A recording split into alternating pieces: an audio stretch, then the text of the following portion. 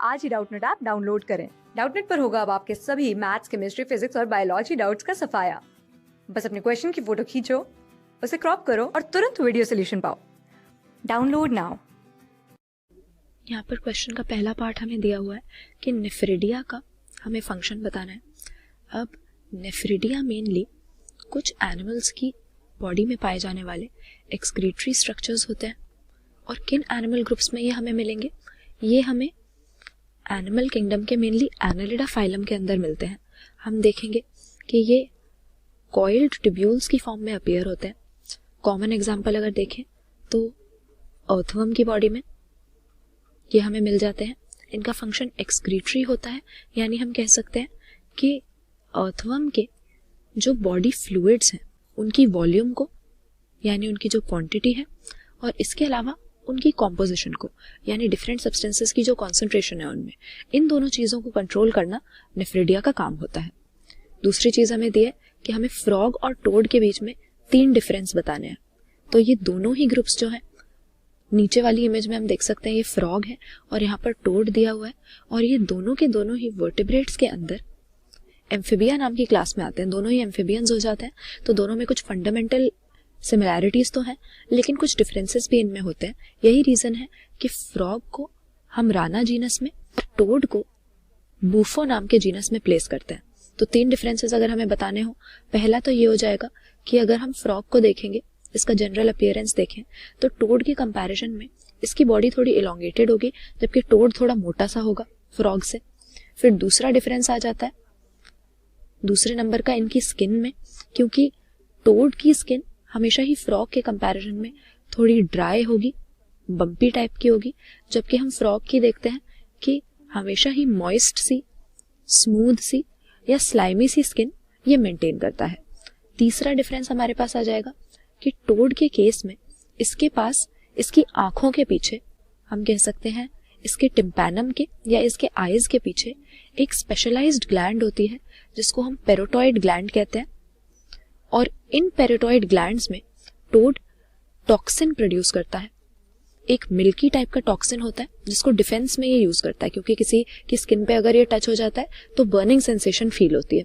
तो हमने डिफरेंसेस भी बता दिए इन दोनों के बीच में। फिर कह रहे हैं कि ओपन टाइप के सर्कुलेटरी सिस्टम से हम क्या समझते हैं, इसका हमें एग्जाम्पल देना है।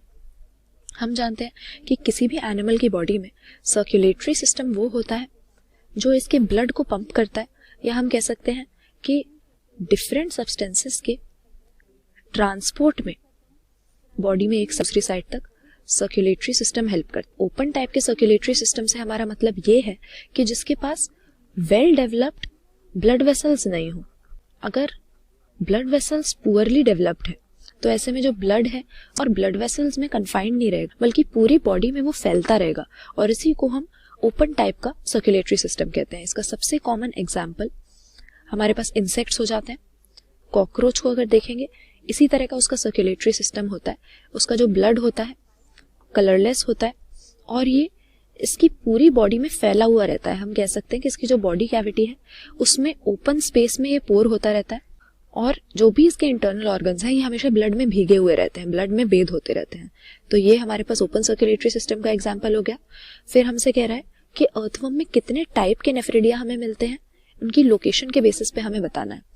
तो हम देखते हैं कि वैसे तो नेफ्रिडिया का फंडामेंटल स्ट्रक्चर सिमिलर ही होता है, उनका फंक्शन एक्सक्रीशन का ही होता है, लेकिन 3 तरह के नेफ्रिडिया हमें अर्थवर्म की बॉडी में मिलेंगे, जिसमें पहले हो जाते हैं सेप्टल नेफ्रिडिया।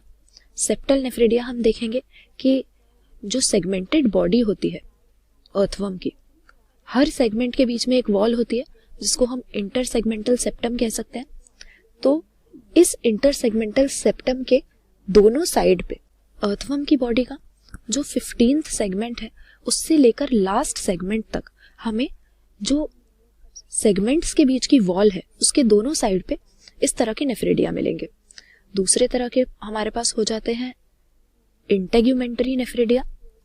इंटेग्यूमेंट वर्ड हम यूज करते हैं बॉडी वॉल के लिए, तो जैसे इनके नाम से ही पता लग रहा है, हम देखेंगे कि अर्थवर्म की बॉडी वॉल की लाइनिंग के साथ ये इंटेग्यूमेंटरी नेफ्रिडिया कनेक्टेड रहते हैं, और ये हमें अर्थवर्म के तीसरे सेगमेंट से लास्ट सेगमेंट तक उसकी बॉडी वॉल से अटैच मिलेंगे।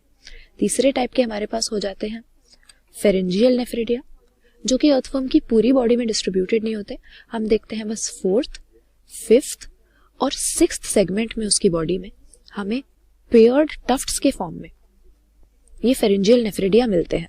तो यहाँ पर 3 तरह के नेफ्रिडिया हो गए, सेप्टल जो इंटरसेगमेंटल सेप्टम के दोनों साइड पे होंगे, इंटेग्यूमेंटरी जो कि बॉडी वॉल की लाइनिंग के साथ अटैच्ड है, और फेरेंजियल जो कि 4th, 5th और 6th सेगमेंट में हमें मिल रहा है।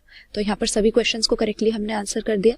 पहला हमारे पास था फंक्शन पूछा गया था नेफ्रिडिया का, तो अर्थवर्म जैसे एनालिड्स में ये कॉइल ट्यूब्यूल्स के फॉर्म में होते हैं जिनका मेनली एक्सक्रीटरी फंक्शन होता है, यानी बॉडी फ्लूइड्स की वॉल्यूम और कॉम्पोजिशन को ये रेगुलेट करते हैं। फ्रॉग और टोड के बीच में हमें 3 डिफरेंसेस बताने थे।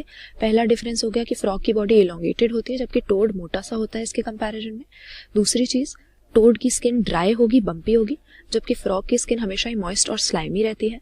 और टोड के पास मिल्की टॉक्सिन सिक्रीट करने वाले पेरोटॉइड ग्लैंड्स होते हैं जो कि फ्रॉग में हमें नहीं मिलते। ये 3 डिफरेंसेस हुए। फिर हमसे पूछा ओपन टाइप का सर्कुलेटरी सिस्टम क्या होता है, इसका एग्जाम्पल देना था हमें। तो जब ब्लड वेसल्स वेल डेवलप नहीं होते, पुअरली डेवलप ब्लड वेसल्स होते हैं और ब्लड ओपन स्पेस में पोर होता रहता है, इस तरह के सर्कुलेटरी सिस्टम को हम ओपन कहते हैं। और कॉकरोच हमारे पास इसका कॉमन एग्जाम्पल है। और फिर 3 तरह के नेफ्रिडिया भी हमने अर्थवर्म के बता दिए जो कि हो जाते हैं सेप्टल, इंटेग्यूमेंट्री और फेरेंजियल, जो अलग अलग लोकेशन में इसकी बॉडी एनाटॉमी में हमें मिलेंगे।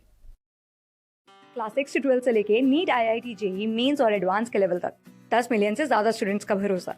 आज ही डाउनलोड करें डाउटनेट ऐप या व्हाट्सएप कीजिए अपने डाउट्स 8400 400 400 पर।